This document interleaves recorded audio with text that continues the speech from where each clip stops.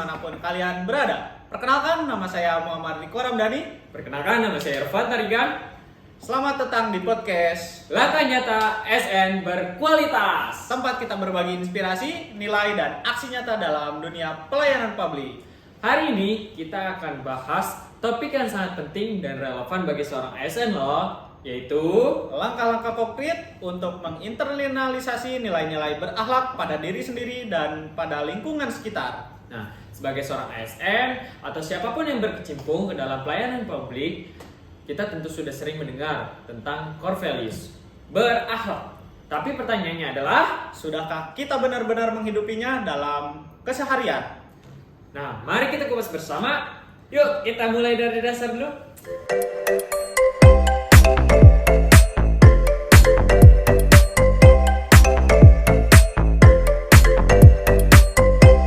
Menurut Anda, apa sih arti dari berakhlak itu sendiri, Pan? Menurut saya mengenai berakhlak itu adalah akronim dari berorientasi, akuntabel, kompeten, harmonis, loyal, adaptif, dan kolaboratif. Nah, nilai-nilai ini bukan hanya slogan, tapi harus menjadi karakter, menjadi budaya, dan menjadi nafas dalam bekerja, dalam bersikap sehari-hari sebagai seorang ASN. Nah, Pan, kata seperti Anda tadi kan bilang ini berakhlak ini bukan hanya sekedar slogan ya, tapi juga harus menjadi karakter, budaya, dan harus menjadi napas dalam bekerja dan bersikap sehari-hari. Nah, untuk langkah-langkah menginternalisasi pada diri sendiri itu untuk nilai-nilai berakhlaknya itu bagaimana? Menurut saya, cara untuk bisa menginternalisasikan nilai-nilai berakhlak ini dalam diri sendiri itu, yang pertama, saya akan merefleksi diri secara rutin, di mana saya ingin meluangkan waktu sejenak setiap minggu untuk mengevaluasi diri, entah setelah bangun tidur atau sebelum tidur. Sudahkah saya melayani dengan sepenuh hati, atau sudahkah saya akuntabel dalam setiap keputusan saya yang saya putuskan? Nah, menurut saya refleksi diri ini adalah proses merenung, mengevaluasi, dan menyadari kembali apakah sikap, perilaku, serta keputusan kita sehari-hari sudah mencerminkan nilai-nilai berakhlak sebagai seorang ASN. Nah, terus gimana sih cara kita melakukan merefleksi diri ini?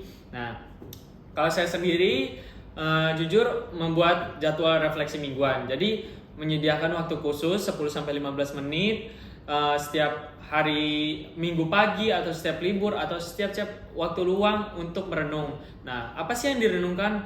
Apa saja hal baik yang sudah saya lakukan di minggu ini, atau apa saja yang apa saya sudah melayani dengan tulus? Terus sudahkah saya terbuka dengan saran atau kritik orang lain? Misalnya minggu ini saya sudah melakukan pelayanan di masyarakat ketika di jam kerja ataupun di luar jam kerja. Nah, mulai dari hal kecil seperti ini, menanggapi pesan laporan masyarakat dengan ramah dan tulus, atau menerima saran dan kritik yang diberikan oleh orang lain terhadap kinerja yang saya lakukan. Hal itu juga sudah menjadi implementasi nilai-nilai berakhlak sebagai seorang ASN bagi saya. Nah, yang kedua, menetapkan standar pribadi, di mana menjadikan nilai berakhlak sebagai kompas moral pribadi saya sendiri. Misalnya, saya tulis di wallpaper HP saya, itu menjadi pengingat bagi saya untuk setiap hari. Nah, menetapkan standar pribadi artinya kita membangun batasan, prinsip, komitmen yang menjadi acuan dalam bersikap dan bertindak. Nah, bukan karena perintah atasan, tapi karena emang kesadaran diri saya. Nah, bagaimana caranya? Itu yang pastinya buat komitmen setiap hari.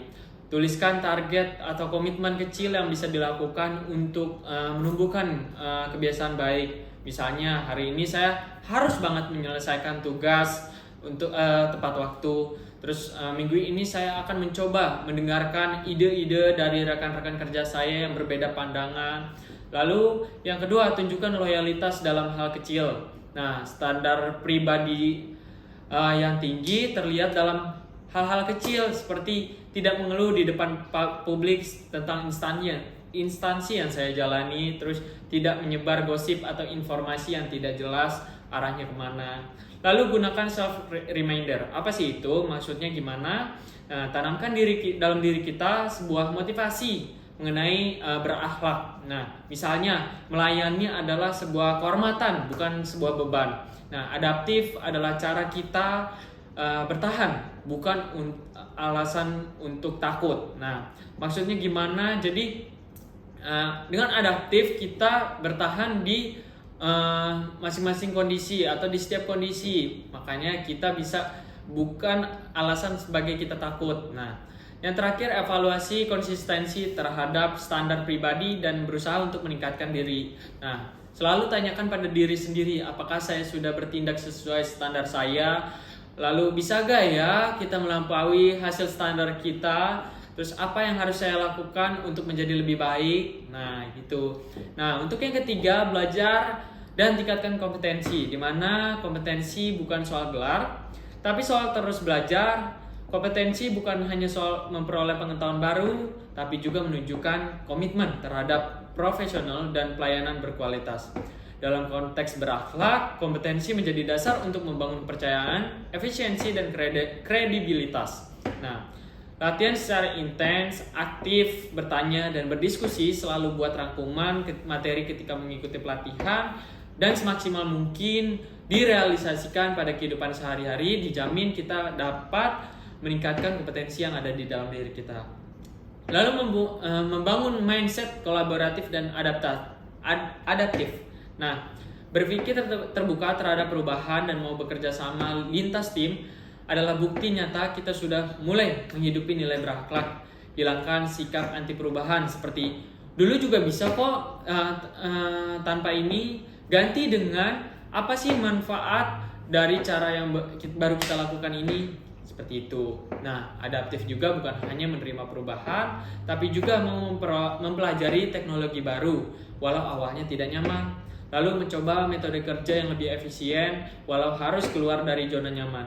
Lalu bertanya saat tidak paham tanpa malu dan gengsi, karena ibarat kata pepatah, malu bertanya sesat di jalan. Nah, untuk kolaboratif bukan hanya kerja bareng, tapi tentang saling percaya dan saling mendukung lintas divisi, unit, atau pekerjaan. Lalu tidak merasa paling tahu atau paling sibuk, dan mau berbagi informasi dan waktu untuk membantu rekan kerja. Nah, yang terakhir, jadikan keteladanan sebagai gaya hidup. Jadilah panutan kecil di lingkungan, bukan karena ingin dilihat, tapi karena itulah value dari seorang ASN. Keteladanan bukan soal jabatan atau senioritas. Keteladanan adalah konsistensi dalam bersikap benar, profesional, dan berintegritas meskipun tidak ada yang melihat. Nah, tunjukkan konsistensi antara perkataan dengan perbuatan. Karena orang yang lebih akan lebih percaya pada apa yang kita lakukan, bukan apa yang kita katakan. Misalnya, jangan hanya menyuruh orang tepat waktu, tapi kita sendiri terlambat. Jadilah yang datang paling awal. Jadi bukan hanya omong doang. Hadir sebagai sumber solusi, bukan bagian dari masalah. Tidak hanya mengkritik, tapi menawarkan solusi. Membantu rekan kerja yang kesulitan tanpa menghakimi. Fokus menyelesaikan masalah, bukan menyalahkan. Seperti itu. Oke Pan. Jadi gitu ya Pan ya, untuk cara kita menginternalisasi nilai-nilai berakhlak dalam lingkungan sehari-hari bagi ASN ataupun bagi lingkungan sekitar ya Pan ya. Iya. Kita cukupkan mungkin ya Pan, emang waktunya kita kayaknya berbincang-bincang kita sudah agak lama ya. Iya. Jadi mungkin Pan untuk penutup ada pesan atau kata-kata Pan? Siap.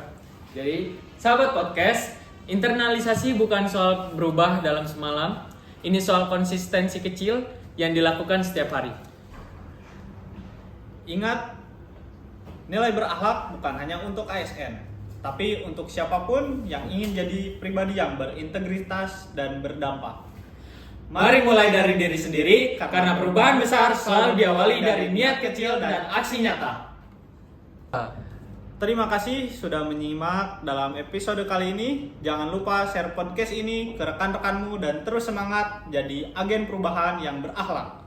Sampai jumpa, salam sejahtera. We are family. Afiknam Jagat Samagram. Semoga selamatlah alam semesta.